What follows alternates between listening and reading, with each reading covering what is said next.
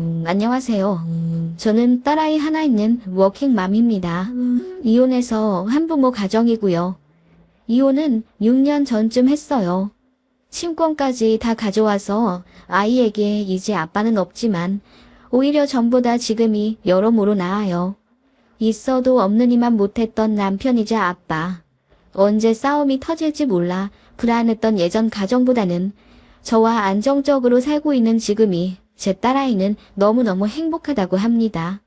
그리고 예전엔 엘리베이터도 없는 5층짜리 18평 빌라에 살았었지만 지금은 32평 신축 아파트에 살면서 환경적으로도 많이 여유로워지고 좋아졌거든요. 남들 울면서 착잡한 마음으로 이혼할 때 저는 깔깔 웃으며 법원 나왔네요. 그런 저에게 전 남편과 전 시댁은 무릎에 빵꾸가 나도록 빌고 또 빌었고요. 어떻게 보면 정말 돌아가신 어머니가 저를 돌봐주신 것 같아 너무 감사합니다. 저는 소방 공무원이었던 전 남편과 1년 정도 연애하다 결혼했어요. 지방에서 살고 있었고 저는 시내에 작은 옷가게를 하고 있었습니다. 주에 1회 정도 새벽에 서울에 가서 옷을 떼다가 파는 형식으로 가게를 꾸렸고 아이 옷도 30% 정도 매장에 비치해 뒀었는데 예쁘고 실용적인 옷들이 많아서 그 지역 엄마들이 제 가게를 참 좋아했어요. 그래서 단골이 정말 많았습니다. 8평짜리 가게에서 아이 들쳐업고 장사하면서 어느새 남편보다 제 수입이 훨씬 많아졌어요. 그래서 그런지 남편은 일을 관두고 싶어 하더라고요. 남자들 로망이 셔터맨이라면서요. 제가 돈을 좀 만지기 시작하니까 자기는 이제 일 그만하고 집에서 쉬면서 아이 보고 집안 살림하면서 저를 서포트 해주고 싶다고 하더라고요. 말도 안 되는 소리. 남편은 집안일이라고는 전혀 하지 않는 사람이었습니다. 물론 소방관이 힘들다는 거 잘 알아요. 하지만 어떻게 양말 하나 세탁 바구니에 넣을 힘도 없겠습니까?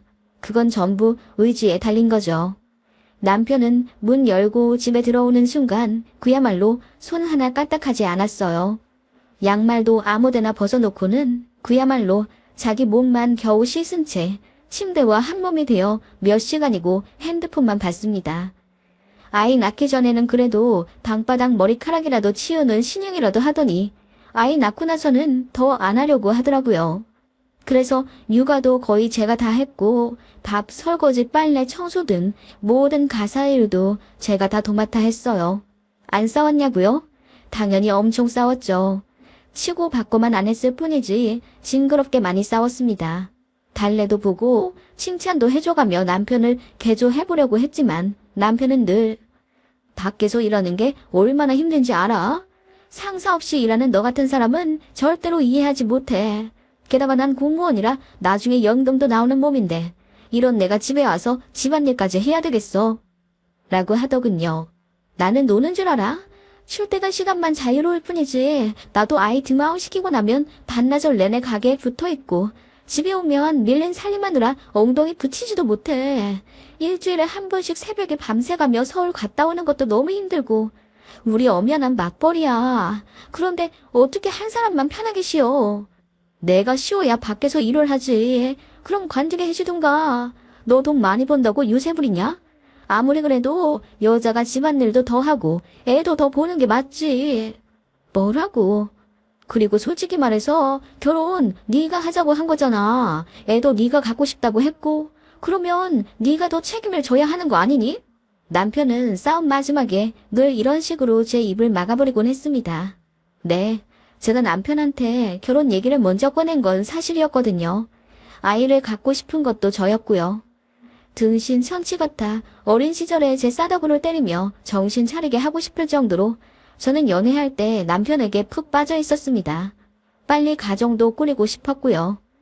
남편이 저에게 정말 잘해줬었거든요. 저는 연애할 때 차문을 열어본 적이 한 번도 없었습니다. 늘 남편이 공주님 대하듯 차문을 열어줬고 저를 데리러 와주고 또 데려다주고 연애할 때는 어디 따로 볼 일이 있어도 절대 택시나 버스를 못 타게 했었네요. 휴가를 써서라도 본인이 자청해서 기사 노릇해주고 그랬던 사람이에요. 그런 사람이 결혼하자마자 이제는 저더러 운전하라 핸들 맡기고 옆에서 코 골며 자고 있었네요. 결혼하자마자 돌변한 남편이 당황스럽긴 했지만 아이를 낳으면 좀 달라지지 않을까 싶은 생각이 있었어요. 그래서 아이도 같이 한 건데 제 착각이었네요. 혹시라도 아이가 아빠한테 애착을 가지면 피곤해질까 봐서인지 대꾸도 잘 안 해주더라고요. 저한테는 잘 안 해줘도 참을 수 있지만 아이한테 그러니 정말 눈이 돌아가더라고요. 그래서 아이 낳고 진짜 많이 싸우게 된 거예요. 살림도 안 해, 육아도 안 해. 심지어 저도 돈을 버는 입장인데 너무 불공평하잖아요. 그래서 많이 싸웠는데 그때마다 시어머니가 그렇게 참견을 하셨습니다. 우리 아들 힘든 거 모르니? 집이 오면 좀 마음이라도 편할 수 있게 네가 도와줘라. 그냥 공무원도 아니고 소방 공무원이잖니. 얼마나 힘들어. 어머님, 저도 그거 잘 알죠. 그치만 아무리 그렇다고 이런 얘기 하고 싶진 않지만 어머님, 남편 동기들도 제 남편도로 그렇게 살지 말라고 해요. 해도 너무 심하다면서요. 솔직히 그 말이 맞죠. 70, 80년대 남편들도 아니고 어떤 남자가 이렇게 살아요. 게다가 부인도 일하는데. 뭐라고? 너 지금 내 앞에서 우리 아들 험담하는 거니? 이래서 친정 없는 며느리는 드리는 게 아닌데 네가 제대로 배워먹질 못해서 지금 시어머니 앞에서 할 말 못할 말 못 가리는 거야. 돌아가신 너희 어머니가 지금 얼마나 가슴을 치고 계시겠니? 시어머니는 늘 그런 식이었습니다. 본인 아들의 치부가 드러나면 질세라 제 친정 이야기를 꺼내며 저를 한없이 침잠하게 만드셨어요. 제가 친정이 없거든요. 친정 아버지는 저 어릴 때 도박빚이 너무 심해서 엄마가 그거 갚아주시다가 결국 못 참고 이혼하셨어요. 그때가 저 중학생 때였던 것 같은데요. 제가 기억하기로는 아빠가 집에 있는 돈을 야금야금 다 가져가려고 하셨고 엄마가 무슨 일이 있어도 제 학원비랑 한약값만은 사수하려고 하셨대요. 제가 아토피가 심했었는데 여기저기 돌고 돌다가 피부 개선으로 유명하다는 한의원에 가서 약을 지어 먹은 이후로 많이 나아졌어요. 그래서 3개월에 한 번씩 그 한의원에 버스를 1시간 정도 타고 가서 약을 지어오곤 했었는데 그 약값만 한 달에 25만 원 정도 했었다고 들었어요. 집이 아무리 어려워도 그 한약값이랑 제 학원비 15만 원만큼은 엄마가 무슨 일이 있어도 모았다가 내주시곤 했습니다. 물론 아빠의 도박만 아니면 집이 그렇게 어렵지도 않을 거예요. 아빠가 집까지 날리면서 가게가 기울어졌으니까요. 아무튼 그렇게 아빠가 도박으로 빚을 진 상황에서 제 학원비와 한약값까지 손대려고 하자 엄마가 이제는 못 참겠다며 이혼을 하셨어요. 아빠는 그 이후로 아예 연락이 끊어져서 뭐 하고 사시는지도 모르고요. 저도 궁금하지가 않더라고요.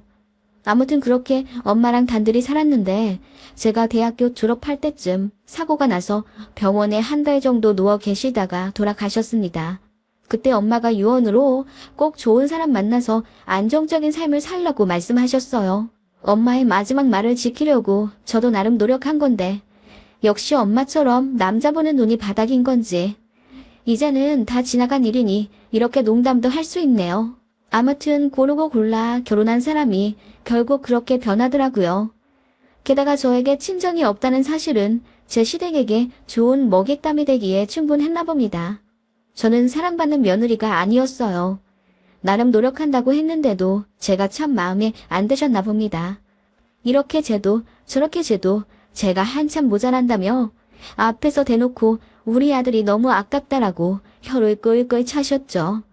시댁에는 결혼 안 한 손아래 신우도 한 명 있었는데 그 신우도 마찬가지였어요. 언니, 추석에 가게도 문 안 열 텐데 왜 이렇게 시댁에 늦게 와요? 우리 엄마가 전 다 붙였잖아요. 언니 일부러 그랬죠? 언니는 친정도 없으니까 명절 연휴 첫날부터 우리 집 와야죠. 아가씨, 오빠가 당직 근무인데다 우리 애기도 미열이 나서 지켜보다 지금 온 거예요. 그리고 지금까지 매번 그렇게 해왔잖아요. 이번 연휴만 하루 늦게 온 건데 그게 그렇게 기분이 나쁘세요? 당연하죠. 애 아프다 이런 거 다 핑계예요. 그러니까 마음충 소리나 듣지. 해야 할 일은 딱딱 해야죠. 어떻게 나이 드신 시어머니가 전을 붙이게 만들어요. 나는 결혼하면 언니처럼은 절대 안 할 거예요. 라고 하더군요. 게다가 제가 가게 하는 곳에 얼마나 입을 대는지 언니 그렇게 하면 수지 타산이 안 맞잖아요. 가격을 좀 더 올려서 파시라고요. 무슨 자선 사업하세요? 어차피 다 동네 단골 장사인데 그렇게 터무니없이 가격 올리면 손님 다 끊겨요. 아가씨 걱정해주는 거 고맙지만 저도 나름 노하우가 있으니까 이렇게 운영하고 있는 거예요. 고는 내가 답답해서 그래요. 어떻게 장사를 그렇게 하지? 라고 하더군요. 정작 신우는 사업은커녕 제대로 된 직장 한 번 반년 이상 다녀본 적이 없습니다. 좀 다니다가 이게 힘들어 관두고 저게 힘들어 관두고 제가 이혼할 때가 신우 나이 36인가 그랬는데 그때까지 남자랑 제대로 연애도 해본 적 없고 백수였어요. 그러면서 툭 하면 저한테 남자한테는 이렇게 해야 한다. 사업은 이렇게 해야 한다. 어쩌고 저쩌고 어찌나 순수로 주던지요. 그런 신우를 시모는 말리기는커녕 제가 하는 말이 다 맞더라. 들어서 나쁠 거 없어. 네 신우 말 귀담아 잘 듣거라. 라고 하시더군요. 그러면서 가뜩이나 없는 살림에 하나밖에 없는 신우 좀 잘 챙기라며 용돈까지 매달 10만 원씩 챙겨주라 화까지 내시던 시어머니였습니다. 솔직히 저희는 양가에서 돈 한 푼 지원 못 받고 결혼했고 남편은 모아둔 돈이 거의 없었기 때문에 제가 가진 6천만 원에 나머지 대출받아 신혼집 빌라 전세로 살고 있었어요. 그리고 남편이 차 욕심이 많아서 3년에 한 번씩은 신차로 바꾸고 싶어 했었기 때문에 그로 인한 마이너스로 좀처럼 살림이 나아지지 않았습니다. 어머님도 알고 계셨어요. 당신 아들이 차에 욕심이 많아서 헛돈 쓰고 있다는 사실을요. 그런데 그것도 결국 제 욕이 되더라고요. 너는 네 남편도 제대로 컨트롤 못하니? 차 사고 싶어 한다고 그때마다 바꿔주면 어떡해? 어머님, 아시잖아요. 차 바꾸는 거 제일 반대하는 건 저예요. 많이 싸우기도 하고요. 그런데 차 안 바꾸면 공무원 관두겠다고 으름장을 놓는 걸 어떡해요. 이번에는 본인이 투잡이라도 뛰겠다는데 그러라고 했어요. 뭐? 투잡? 아이고 이 화상아. 어떻게 또 네 남편이 투잡 뛰는 걸 보고만 있을 수 있니? 이래나 저래나 네가 문제다. 처음부터 네가 잘 좀 휘어잡고 살았어야지. 에휴 또 쓸데없는데 돈만 나가게 생겼네. 라고 하시며 혀를 끌끌 차시더군요.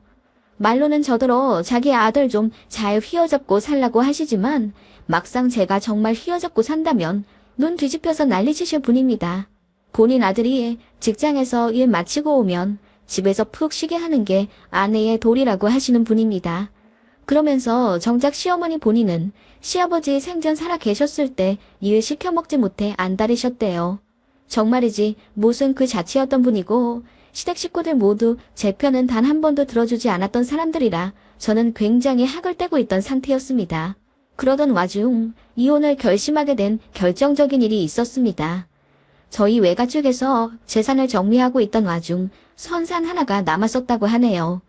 저희 쪽이랑 거리가 수백 킬로 떨어져 있었고 먼 친척 쪽이 임시로 명의만 갖고 있던 사형 깊은 선산이 외삼촌 돌아가시면서 정리가 되었다고 하더군요. 그런데 이런저런 일이 얽혀서 그게 저희 엄마가 받기로 구두로 정해졌던 산이었는데 이번에 세금 문제로 이것저것 처리하다가 수면 위로 올라온 산이라더군요. 그러다가 친정엄마가 유산을 많이 못 받으셨던 걸 외가 쪽에서 많이 안타까워 하셨던 터라 그 선산을 저한테 넘기자고 얘기가 나오셨나 봐요. 그래서 부랴부랴 외가 쪽으로 가족 회의하러 몇 번이나 오갔었고 결국 제가 일정 부분 조건부로 그 선산을 받기로 했습니다. 선산에 있는 묘지는 안 그래도 자제분들이 관리가 힘들어 몇 년 안에 이장을 할 계획이라고 하더군요. 그 후에 팔든 소유하든 제 뜻대로 하면 되는 일이고요. 제가 알기로는 그 산 가치가 당시 1억 조금 넘는다고 들었어요. 별로 크지도 않은 산이고 주변에 아무것도 없어서 별 가치가 없다고 하더군요. 이런저런 세금 제하면 나중에 결과적으로 몇 천만 원 손에 쥐지도 못할 산이었고요. 그래도 제 명의로 부동산이 생긴다는 게 너무 신기하고 벅차오르더군요. 남편이 처음에는 너무 흥분하며 좋아하더니 여기저기 전화 걸어 그 산에 대해 알아보다가 별로 돈 되는 산이 아니라는 걸 알았는지 비꼬면서 똥산 받았다고 놀리더군요. 시댁에서도 마찬가지였어요. 드디어 며느리 덕 좀 보는 거냐 하며 웃음꽃 만발하더니 나중에 아들한테 얘기 듣고 나서는 시큰둥해 하면서 역시 그럼 그렇지 하는 반응이더군요. 너무 어이가 없었습니다. 본인들은 뭐라도 있나요? 물려받은 땅 한 평도 없는 걸로 알고 있는데 황당하더군요. 그런데 1년 정도 후에 상상도 못할 일이 생겼어요. 자세히 말하면 신상이 공개되니 세세하게 말하진 못하지만 제 산과 멀지 않은 분지에 지 자체에서 처리장 비슷한 걸 짓게 되었대요. 그 과정에서 특수 도로를 내야 하는데 그게 제 명의 산 쪽으로 터야 한다고 긴급하게 결정이 되었다고 하더군요. 어떻게 하다 보니 10에서 12억 정도로 시세가 올랐고 저는 관계자들이랑 주에 2, 3회 통화하며 그 산을 어떻게 할 것인지 고민하는 상황에 이르렀어요. 이래나 저래나 세금 제하면 제 수중에 8에서 10억 정도는 들어오게 된 거였어요. 사실을 알고 시댁에서 그야말로 잔치를 벌이더라고요. 상속받은 땅이 제파 터진 건 전데 왜 시댁에서 그렇게 자기 일처럼 좋아하는지 평소에도 저를 자기 집 식구들처럼 아껴줬으면 몰라요. 제가 몸이 아프거나 힘들다고 할 때는 나 몰라라 하더니 이런 일은 자기네 식구 잘된 것처럼 좋아하더군요. 언니 정말 잘 됐어요. 진짜 대박이다. 세아가 어쩜 일이 이렇게 잘 풀린다니? 난 그 산이 이렇게나 같이 있어지게 될 줄 꿈에도 생각 못했네. 잘 됐어. 이게 다 남편 잘 만난 덕분이야. 여자가 일이 잘 되는 건 다 결혼을 잘해서 그런 거래. 네가 우리 집에 시집 와서 승승장구 하나보다. 너 가게도 잘 되는 것 좀 봐. 다 네 남편 잘 만난 복이 있어서 그런 거지. 라고 하며 가만히 숨만 쉬고 있던 제 남편이 칭찬받는 꼴이 되더군요. 황당했습니다. 아무튼 개발 계획은 5년 뒤에 이뤄질 계획이었고 산 매매는 내년쯤으로 생각하고 있었어요. 그래서 부동산이며 법원이며 여기저기 일 처리하느라 너무 바빠서 남편한테 아이를 좀 맡기려고 하면 내가 애 봐주면 내 몫으로 반 좀 떼주나? 그러더라고요. 무슨 소리야. 애는 당연히 아빠랑 엄마랑 같이 보는 거지. 당신 일할 때 내가 우리 애기 보잖아. 그건 당연하고 이런 건 당연하지 않니? 나는 출퇴근하는 직장인이고 내가 휴가까지 써가면서 애를 봐야겠냐? 그럼 어떡해. 법원이 주말에 열리는 것도 아닌데 하루 정도 시간 좀 내주는 게 그렇게 어려워? 아무튼 넌 산 팔면 무조건 나한테 반 떼줘야 돼. 하면서 웃는 남편이었습니다. 정이 점점 떨어지더군요. 설상가상으로 아직 산이 팔리지도 않았는데 차를 또 바꾸겠다면서 자동차 대리점을 매일같이 들락날락 거리더라고요. 심지어 눈도 높아져서 비싼 차를 보더라고요. 처음에는 1억 2천짜리 차를 보더니 나중에는 3억 넘는 슈퍼카를 알아보더라고요. 어이가 없어서 꿈도 꾸지 말라고 했습니다. 그랬더니 자기한테 돈이 적어도 4억은 생길 텐데 그 정도 차도 못 모냐며 화를 내더군요. 4억? 4억이 당신한테 왜 생겨? 왜 생기긴 당신 산 팔면 나한테 반띵 해주기로 했잖아. 그거 이거저거 세금 제하면 내 앞으로 적어도 4억은 떨어지겠던데? 뭐라고? 진짜 김칫국 제대로 마시고 있다. 당연히 우리 집 사는 게 먼저지. 지금 우리 전세 살고 있는 거 몰라. 우리 애 학교 다닐 학군지 알아봐서 아파트부터 사는 게 먼저지. 그 다음에 차를 사주든 말든 그건 내가 결정할 문제야. 뭐라고? 차를 사줘? 너 수중에 돈 들어올 일 생기니까 드디어 돌아버렸니? 네가 뭔데 사준다 만다야. 너 그거 법원 가면 어차피 남편한테 반 주게 돼 있어. 내가 다 알아봤어. 진짜 어이가 없더군요. 남편은 정말로 차를 살 기세였고 심지어 지금 사야 싸다며 일단 대출받아 사겠다고 하더군요. 그 일로 엄청 싸웠습니다. 그 과정에서 시댁에서도 알게 되었고 크게 다투게 되었어요. 시어머니가 극대노하면서 저희를 호출하더군요. 처음에는 차를 또 바꾸겠다는 본인 아들을 타이르는 듯 하더니 이내 화살을 저로 돌리며 너도 잘못이다. 아무리 그래도 그게 전부 네 돈은 아니지. 네가 그렇게 나오니까 우리 아들이 억하심정이 생겨서 더 차를 바꾸고 싶어 하는 거 아니겠니? 라고 하시더군요. 어머님, 아무리 그래도 집이 먼저죠. 어떻게 저희 살림에 3억이나 되는 슈퍼카를 타요? 말도 안 되는 말을 하고 있잖아요. 그리고 저는 무조건 큰 돈은 제가 관리하고 싶어요. 이 사람은 손에 돈 들어오면 차부터 바꿀 생각하고 있는데 우리 아이랑 살림 생각하는 건 저밖에 없잖아요. 그래도 그게 아니다. 그건 네 돈이 아니라 부부 공동의 돈이지. 그리고 너는 참 하나만 알고 둘은 모르는구나. 아직 결혼도 안 하고 자리 못 잡은 신우가 있는데 그건 눈에 안 보이니? 네? 그게 무슨 말씀이세요? 네 신우가 다니는 회사가 잘 안 맞아서 지금 직장을 못 구하고 있지 않니? 나이도 많이 차고 그래서 새 직장 알아보기도 어렵고. 그래도 애가 계획적이라 이것저것 자격증은 따는 모양인데 이번에 바리스타를 땄다고 하더라. 카페 알바 알아본다는데 아니 30 중반이 훌쩍 넘어서 알바를 하겠다는 게 나는 마음이 너무 아파서 말이야. 어머님, 저도 지금 가게 내기 전에 알바했었어요. 그게 뭐 어때서요? 너랑 우리 애가 같니? 우리 애는 남 밑에서 일 못하는 성격이란 말이야. 얼마나 마음이 여린데. 그 말에 코웃음이 나오더군요. 그렇게 마음 여린 사람이 저한테 막말하면서 상처 주고 그러나요? 아무튼 그래서 제가 아무 말도 안 하고 딴 데 보고 있는데 시어머니란 사람이 본인 아들을 바라보며 이러더군요. 아들, 차는 이제 그만 바꾸고 그 돈으로 네 여동생 카페나 좀 내줘라. 그 말에 남편도 길길이 날뛰며 내 돈인데 왜 동생한테 주려고 하냐며 투닥투닥 하더라고요. 떡 줄 사람은 생각도 않고 있는데 말이에요. 시무랑 남편은 그렇게 제 3판 돈으로 차를 살 거네. 딸 카페를 내줘야 하네. 시비를 가리며 침까지 튀기더군요. 그러더니 시모가 저한테 편들어 달라는 식으로 너도 네 남편 차 바꿔주기 싫지? 그치? 그러길래 제가 말없이 고개를 끄덕이니 환하게 웃으며 그럼 신우 카페 내주는 걸로 알겠다며 본인 선에서 얘기를 끝내더군요. 어머님, 어떻게 결론이 그렇게 끝나요? 저는 아가씨 카페 내드릴 생각 없어요. 아껴뒀다가 제 딸한테 남겨줘야죠. 제 딸이 먼저예요, 저는. 라고 했더니 시모가 얼굴이 시뻘개지면서 어떻게 신우 생각을 조금도 안 하냐면서 저더러 정신이 빠졌네. 그러고도 올기니 뭐니 하면서 역시나 친정 없는 티를 이렇게 결정적인 순간에 꼭 낸다며 제 심기를 마구 건드렸어요. 저도 더 참기 힘들어서 그렇게 말씀하시지 말라며 소리를 질렀죠.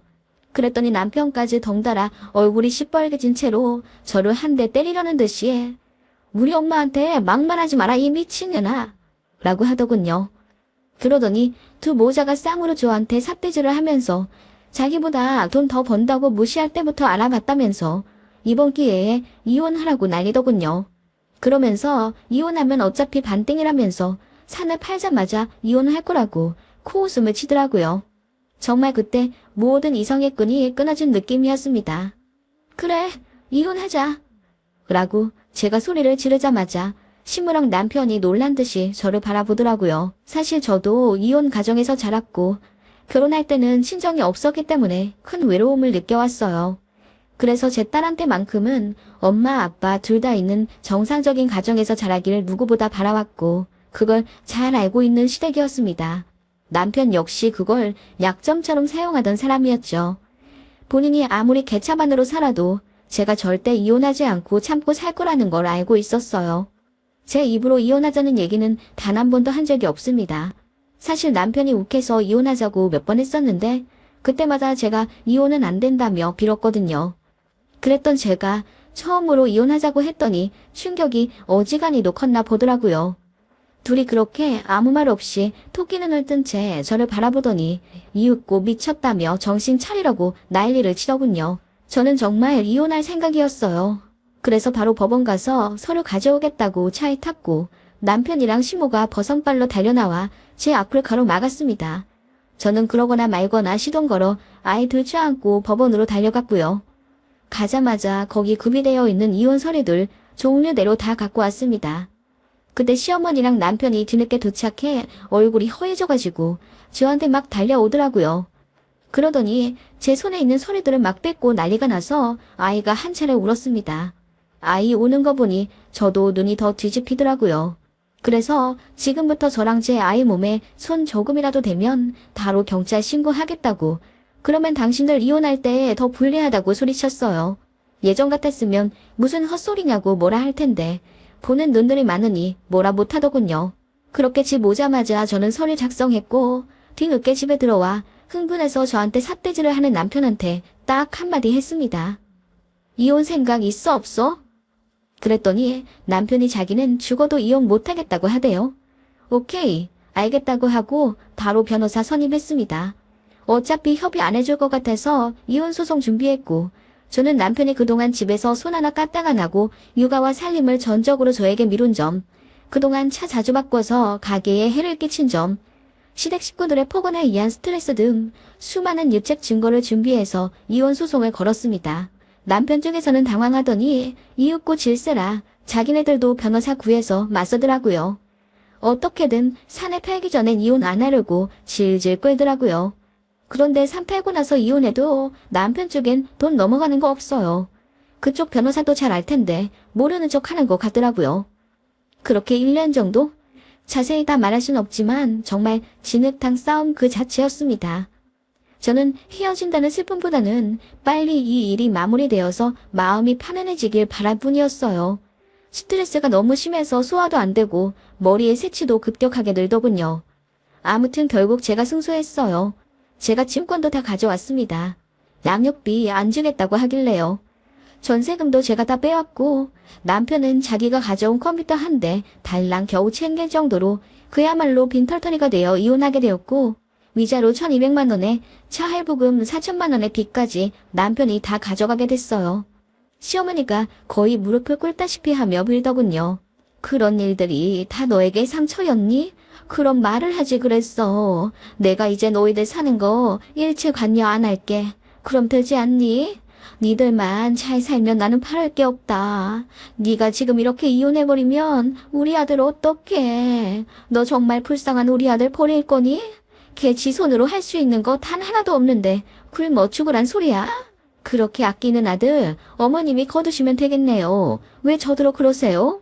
저희 이제 남이에요. 저 더 이상 어머님한테 이 말 저 말 대꾸 해드리기도 싫네요. 제가 그렇게 차갑게 말해버리니 어머님이 아무 말도 못하시더군요.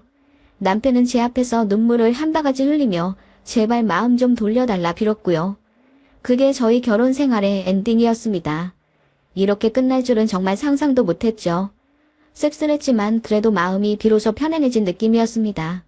시어머니와 남편의 10수년간 가스라이팅으로 저는 헤어지고 나서도 정말 처음부터 끝까지 제 잘못인가 싶었어요. 그래서 심리치료도 받고 그랬었네요. 아이가 아니었다면 저는 그 암흑의 구렁텅이에서 헐떡이며 살았겠죠. 저희 친정엄마가 남겨주신 그 유산은 돈뿐만 아니라 제 인생까지 구해준 보물입니다. 전 남편은 직장에 소문이 쫙 나서 아마 재혼은 하지는 못할 것 같고요. 갖고 있는 돈도 거의 없어서 원룸 구해 살고 있다고 들었습니다. 시모는 결혼 안 한 딸과 이혼당한 아들 뒤치다거리에 매일 곡소리 난다고 들었고요. 이혼하고도 한동안 계속 연락이 와서 아예 전화번호도 바꾸고 사는 곳 서류도 뗄 수 없게 조치해 놨더니 인연은 완전히 끊겼습니다. 저는 산 정리되고 나서 본격적으로 아파트 구해 좋은 곳으로 이사가 잘 살고 있습니다. 제 목숨보다 귀한 아이와 단둘이 이렇게 사는 게 너무 행복하고 제 아이를 위해서라도 저는 아주 오래오래 살아야겠다고 다짐합니다. 그래서 누구보다 진정한 친정이자 비빌 언덕이 되어주고 싶어요. 그리고 저도 이제는 자신있게 제 감정을 알 수 있게 되었습니다. 저는 지금 너무 행복하고 안정적이라는 걸요.